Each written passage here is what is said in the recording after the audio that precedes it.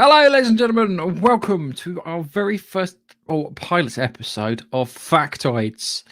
This is a quiz-com based on a couple of radio shows that I listen to, and the idea is to slip a factoid or something that sounds like a fact past your opponent.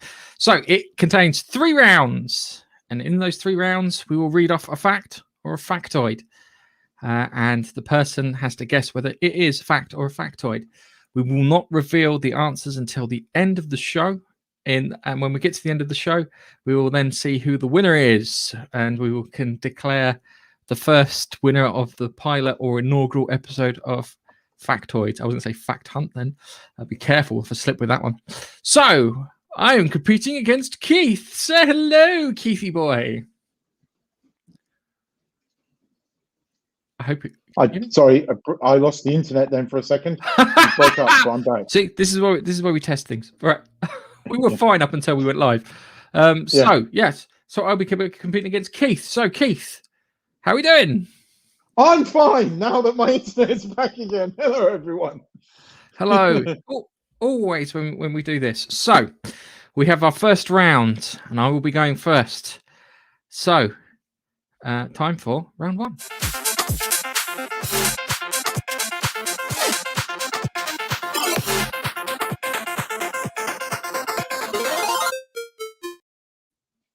I will call this Heavenly Bodies. Okay, so as you know, Keith, there is an asteroid belt between Mars and Jupiter. And 1/4 of the entire mass of that asteroid belt is contained within one object, one heavenly body. It's Natasha Henstridge from 1990s. No, that's a lie. The asteroid is called Ceres. And Ceres is, oh my God, it's very heavy. I can't describe how heavy it is. It's 0.0003015 of Earth. And it's 14 times smaller than the mass of Pluto. And this makes up 1/4 of the entire asteroid belts in mass on its own. It was first seen by a guy called Giuseppe Piazza on the 1st of January, 1801. And if you're like us, you know that Ceres features in The Expanse. So I was about to, now I'm trying to wreck my brain to remember. You're trying to wreck your brain. Yeah. Because the first time round, you'll when you play this game, you'll figure that certain things sound true. So, Keithy baby, do you think it's just for your initial guess? Is it fact or fiction? I suspect that one's a fact. You suspect that one's a fact. Right. Okay. Keith, this is now your turn. Okay, so I'm going to call this one, the UK government spends money on stupid stuff. So, fact. It's fact. Don't need to read anymore. It's just fact. Let's go. So back in 2012, the UK government gave 15 million quid to UCL, which is University College London. And there was this project. Basically, the UK government wanted the college to debunk urban myths, which is quite good for factoids, right? Okay. So a professor, Anthony Dolos was heading this up, and there was numerous things that they were trying to think. I mean, there was things like benefit fraud costs the taxpayers millions, and you're more likely to get bitten by a human than you are a dog. Those kind of urban myths. But there was a couple in there that they managed to actually almost prove. And one of them is, now this is a common one, that if you're not from the UK, you might not get this, but there's one that I've certainly heard numerous times, that you can fit the entire world's population on the Isle of Wight. And they took various census data, because there was a census done in 2011, and around the world, and they looked at populations, and they kind of managed to. So he basically stated that if you include the beaches, that this would just fit and that was back in 2011. So we're not talking about 20 because the population of the planet has greatly increased. There was also another fact or another urban myth that they kind of disprove, because another one is that you're never more than 6 feet from a rat, or was it 6 meters? But anyway, that was slightly disproven, but it actually turned out to be 17 meters. That you're never more, statistically in Britain, never more than 17 meters away from a rat. And this is what they spent 15 million quid. In actual fact, it cost a lot more, but they sought money from various private sector organisations in order to play. The total bill was something like 27 million quid to disprove urban myths. Okay. Or that sounds, as I said at the start, it sounds completely true. That sounds so true. Government wasting money? Yes, that's true. There's not a person alive who wouldn't believe that. Okay. All right. I think it's time for round 2.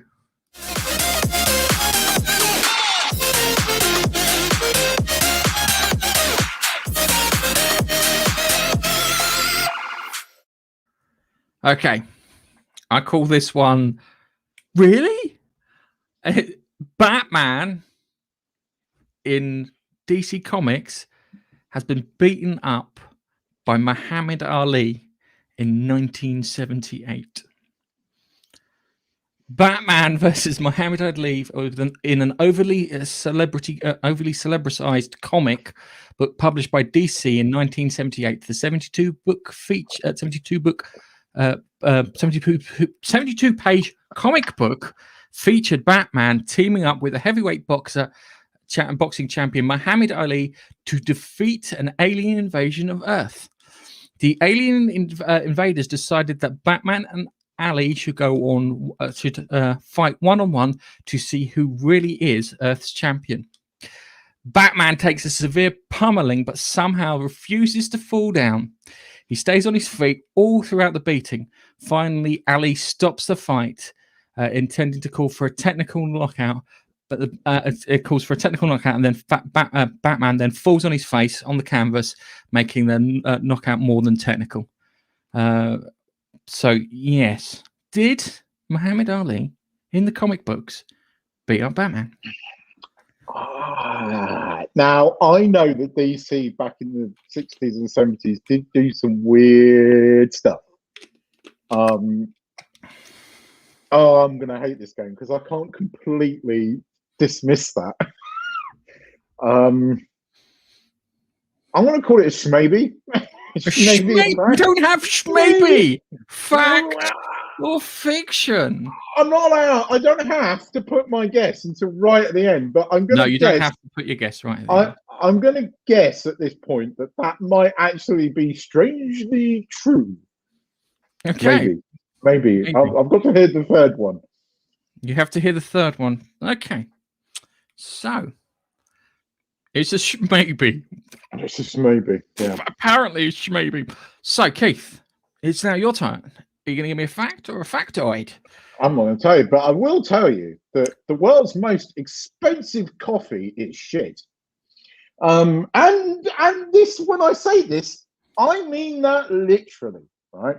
So the world's most expensive coffee is actually the fecal matter of what we would would refer to as kind of like a weasel. It comes from Asia. So basically in Indonesia, there is an animal called the civet, or to be precise, the palm civet. And what you may or may not know about coffee is that a coffee bean actually isn't a bean. It is the seed at the heart of a fruit.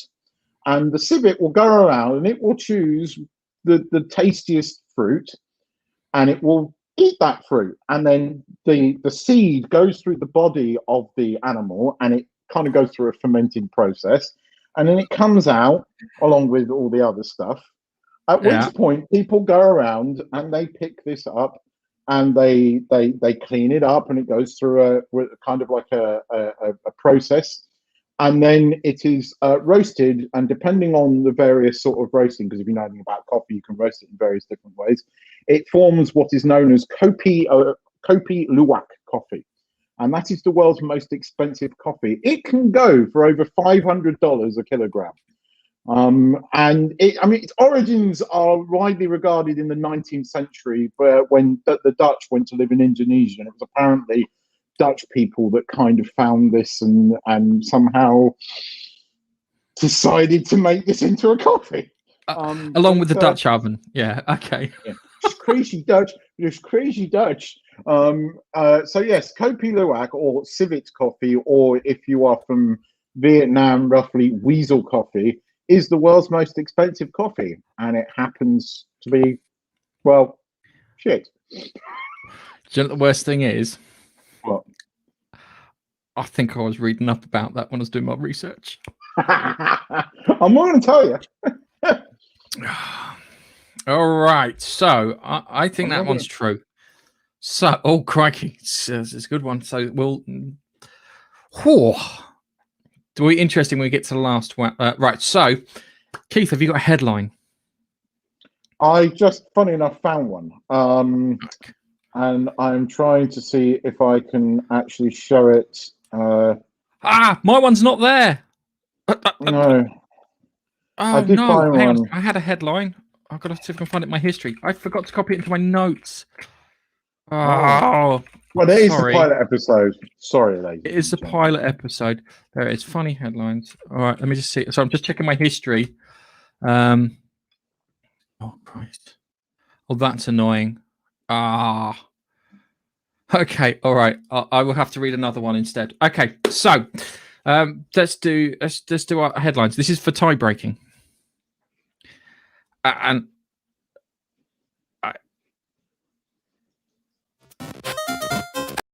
nope, fat fingers.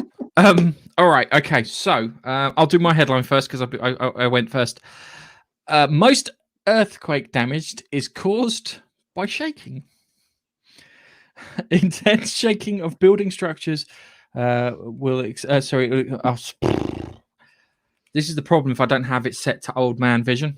The intense shaking that buildings or structures will experience during an earthquake is highly variable, but completely dependent on three structures, and it's that one there. Sorry, I lost my other one. It was funny, so this is the only one I could pull up my thing. So, oops. I have one because I didn't know if we were going to share screens, but it is scientists to kill ducks to see why they're dying.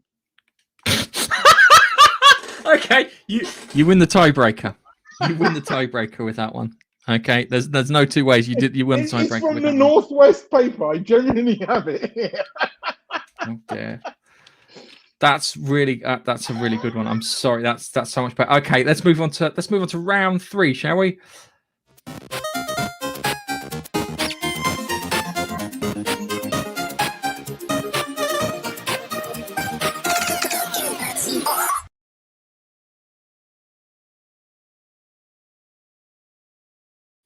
And it didn't turn off. No, it's a delay. There's a delay at the end of that one. We'll fix it in the next one. All right. So is my final fact or factoid. The UK, being America's greatest ally, has nuked America not once but twice. Okay, that's my opening gambit. So, this is okay. So, back in 1960, the Americans were testing their air defenses, and what they wanted to see was whether bombers and bits could sneak by their air defenses and nuke one of their cities. So they got all the Air Force got all the Air Force and the Navy and all that, and had them split into 2 teams, a Red Strike team, and the British were invited to construct one of the to do one of these attacks. Yeah. All the American efforts failed to nuke their targets, but the British managed to do it. They got one aircraft shot down. It was an Avro Vulcan bomber, and it got shot down and still managed to hit its target. But one of them being New York City. So New York City, goodbye, because we nuked you. So yeah, we did that. And the Americans naturally they kept it secret. Keith, they kept it secret. All right. So no one would know. And then next year, they decided to do the same thing. And they invited the British back, and they went, let's have another go, Brits. Let's see if you can do it this time. If you think you're hard enough. If you think you're hard enough. So the British went, all right then. And they succeeded a second time. So the British managed to nuke them not once, but twice. Once in 1960 and once in 1961, I think. Yes. So yeah, they managed to drop 2 nukes on America, 2 simulated nukes. But then the Americans denied it for years, kept the traps shut, and only had the thingy released recently. I think it was 2005. Okay. So my last fact. Oh no, hang on. What do you think it is first, Keith? Oh, sorry. I actually think that one's true. So now I've got a conundrum. I think I know. I think I'm going to make my guess, but I will reveal that at the end. Okay. And I think his internet's dropped out, or mine's dropped out. I'm just checking. No, I've got no warning lights. Okay, this is where we test things, because Keith is now a blur on the screen. And I imagine he's probably lightning and thunder are probably striking all over. I'm back. My internet You're back. Your picture's not back, but I can hear you, which is good. Oh, there you go. I am back. Sorry about that. I was about to send you a message saying I'm coming. Right. So I think that was a fact. You think that was a fact? Okay. Okay. Oh, you're gonna hate me towards the end. So you've derp faced again, Keith. It's so annoying, and I can't, because of the rules of the game. I'm not allowed to look at the chat. In a normal situation, I look at the chat, but because people in the chat might be giving away answers, I can't do that. But I've got Keith going. Right, I've prepped my phone to switch to my phone. I apologise. We've got a storm going on here, and I think that's messing with the internet. But if I go again, I will change over to my phone. But I will start my last fact or factoid, and I call this one WTF McDonald's. WTF. Okay. So, back into, you've probably seen this one now. Back in 2014, right? McDonald's were facing a conundrum because loads of people were getting healthy, right? And McDonald's decided that we have to somehow make our double, Big Mac cheeseburgers be a bit more healthy. And the real thing that they were focusing on was, well, like Happy Meals were like really seriously unhealthy. So some bright spark at McDonald's decided that a great idea would be to grow bubblegum flavored broccoli.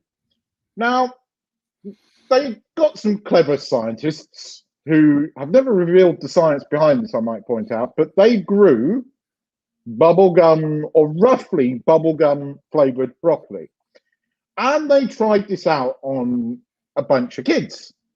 And the kids seeing this green broccoli expected it to taste like broccoli. Now, I love broccoli, but the kids expected it to taste like broccoli. And, well, it kind of didn't. And they were like, WTF, McDonald's. As you can probably guess, bubblegum tasting broccoli didn't go down too well. And it was kind of pushed to the side. But they did spend an awful lot of money on actually developing it. And it did get to the point where they had broccoli roughly tasting like bubblegum.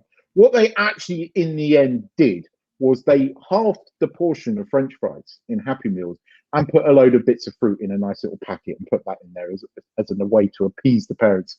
Still got the same damn cheeseburger with the same amount of calories, but they just halved the French fries, like you do when you're on a diet.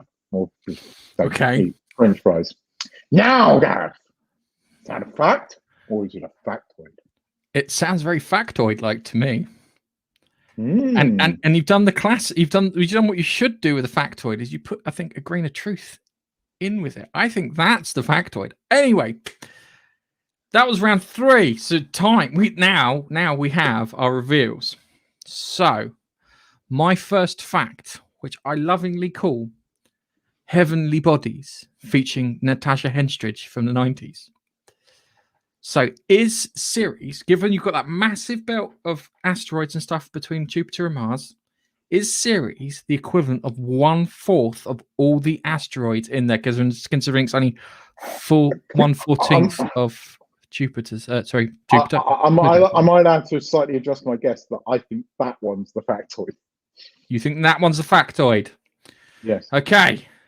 We sort of drum roll that for next time. So here we go. So this one is... It's a fact. Yep, it's a fact. See, what people don't realize is the belt between Jupiter and Mars doesn't have that many asteroids in it. When you draw it as a kid, you draw it as like a minefield of asteroids. There's hardly any asteroids in the asteroid belt. That's why Ceres is the largest. I think then followed by Pallas and then Eros. Okay. If I'm correct. I don't know which one now. And I'm going to make a guess. It's the Batman one, but that's your turn now. So I have to guess. So your one was. Do we have to do it in the order? Yes, do it in the order that you read it out. So yeah, this okay, is so one. my first one was UK spends money on stupid stuff, and you thought it was. I originally thought it was a fact. I still think it's a fact. Press a button. Well, it's complete fiction. Who would have thought UK spending money was complete fiction? I was clever. I thought, does he know his Greek gods? Because Dolos was the Greek god of trickery. And I thought, it has. You told me I had to. I spent ages on this one. I'll tell you what, right? This was interesting when I was researching this. There has been numerous little sort of programs over the time, including, and there was a government-funded project, and not quite the same amount of money, to see what side toast fell on and why, butter side up on that. Yeah, there were. I remember that one, and I remember the one about they did some mathematician in Cambridge or a Thai. They did actually disprove the fact that all people can appear on the Isle of Wight. This is complete fiction. In actual fact, for the entire adult population of in 2011, you would need a state the size of South Georgia. All of the children in the world, all the kids at that time could fit on the Isle of Man, but you would need a considerably larger place to fit the entire adult population. And in actual fact, the thing about being 6 feet away from a rat, that's complete balderdash. It is actually 164 feet. Yes, somebody did go to trouble of working that out. Yes, that was a government-funded project. Okay, all right. So my second one. Batman fought Muhammad Ali and lost in 1978. Fact or fiction? See, I can believe either of these as being fact, so I'll go with that one being the fiction. You go with that one being the fiction, and it is... It's complete fiction. And this is how it works. It was Muhammad Ali versus Superman. And I just swapped him over. So, Muhammad Ali did beat Superman.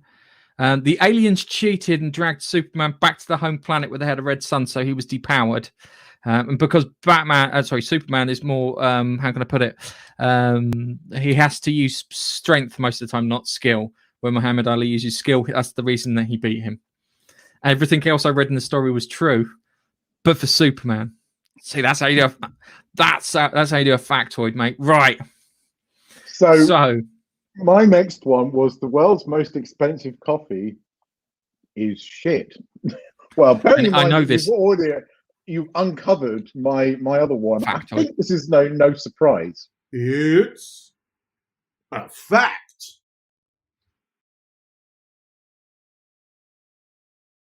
We'll shrink these things down. Completely true. And so much so that I actually have a bag of this because I've got into a bit of coffee. My wife bought me an espresso machine, so I've got into a bit of coffee and stuff. And she once thought it'd be really funny to buy me this coffee, and give it to me, and asked if I liked it. It genuinely was quite nice. It had a kind of strange taste. It was almost like a mocha. It's the only way to explain it. And then she told me what it was afterwards. I was like, but actually, it's strangely quite nice.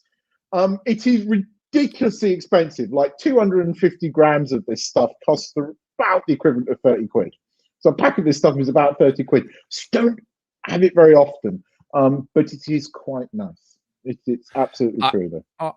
I came across that one while I was doing my research. Sorry, yeah. I knew that one was a fact. Well, I didn't know because I Instagrammed it a while back, so I thought, is he going to remember? Is he going to remember? But I saw the bag and I thought, nobody's going to believe this. So it's absolutely true. World's most expensive. A lot of coffee connoisseurs argue that it's not the best tasting coffee, and I would probably agree with them because actually I get this locally roasted coffee, which I actually really, really like, and it's cheap. So, but because of the way it's done and it's seen as a delicacy, it is the world's most expensive coffee. Awesome.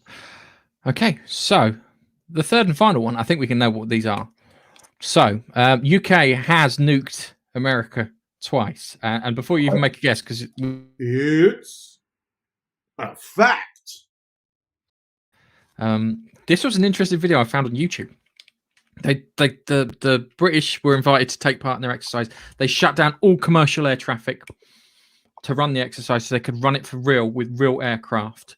And the Avro Vulcan are high intercept bombers, so they go to a higher altitude. So the American jets couldn't catch up to them. They created like an electronic wall of jamming, which screwed the Americans up. The second time round, they used one with an electronic wall of jamming to create a decoy so the three other bombers could get away.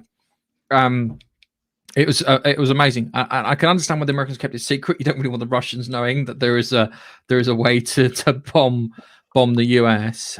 But I found that really funny, considering that they couldn't do it, and they did it again in 1961 after they took off. I think they attacked from Canada and attacked from Bermuda both times, and they managed to slip past them and do it.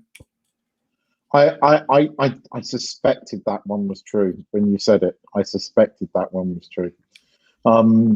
So my final one was that WTF McDonald's.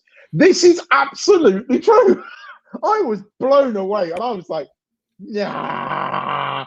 But yeah, genuinely, 2014, McDonald's invented bubblegum tasting broccoli. It took me a while, because I was trying to find where to science. How did they do this? Did they just like dip it in bubblegum flavoring? No, they scienced out of it and actually generally grew bubblegum tasting broccoli, and they spent a fortune on it, and it didn't go down very well. Yeah, unsurprisingly. Yeah, I can imagine that. And it's when you said that. What was it? They halved the chips and put fruit in there. And I was like, oh, maybe the first part's bullshit and the second part's true to throw me off. That's one I would have put down for a factoid if I hadn't got that first one wrong. They generally yeah, that was the end consensus on it. But the bubblegum broccoli is complete there. You can Google this, it exists. It's multiple news sites run a story about it. CNN, the BBC, The Independent, all of them. I found it on multiple sources just to corroborate it because I didn't believe it. I thought it was a factoid. Yeah. Okay. So genuinely true. We can look at the comments. So because it's like kind of Nigel's not here, so Nigel was going to help out and keep things this. It's a quiz com, so it's a comedy quiz to take the mick out of each other because we want to do something fun. Testes 1, 2, 1. Sanitizer. Okay, cool. Regular service will be back tomorrow. I don't know if, so yes. Yeah, it's a test because we're going to do we want to do this more regularly because we want something with fun. Because we're doing we're talking about the movie news and TV news is bloody miserable, and we want some fun, and this is why we're putting this together. So, and it has been a lot of fun actually. I have quite enjoyed this. I thought it was the Batman one because I knew that Ali had been in a DC comic, and I was trying to. I knew that, and I knew that DC had done some strange stuff. I know Mr. T turned up in one of them at one point. No, this is good. This is fun. We're going to be back with another one. This has been good fun. I have really enjoyed this. Good, because we're doing it again, and we'll probably drag Nigel in to help with the bits in the background because people comment and stuff. We'll do a few tweaks. We'll have a chat after to see how it goes. Thank you very much for watching. This has been our first episode of Factoids. Say goodbye, Keith. I won. Yes, you won. And on that note, on that sour, depressing note from myself. Hang on a second. Can I solo him? All right, let's solo Keith for a second. No, I can't solo him. Why can't I solo him? Oh no, wrong one. Hello. Oh, there I am. Thank you, fans.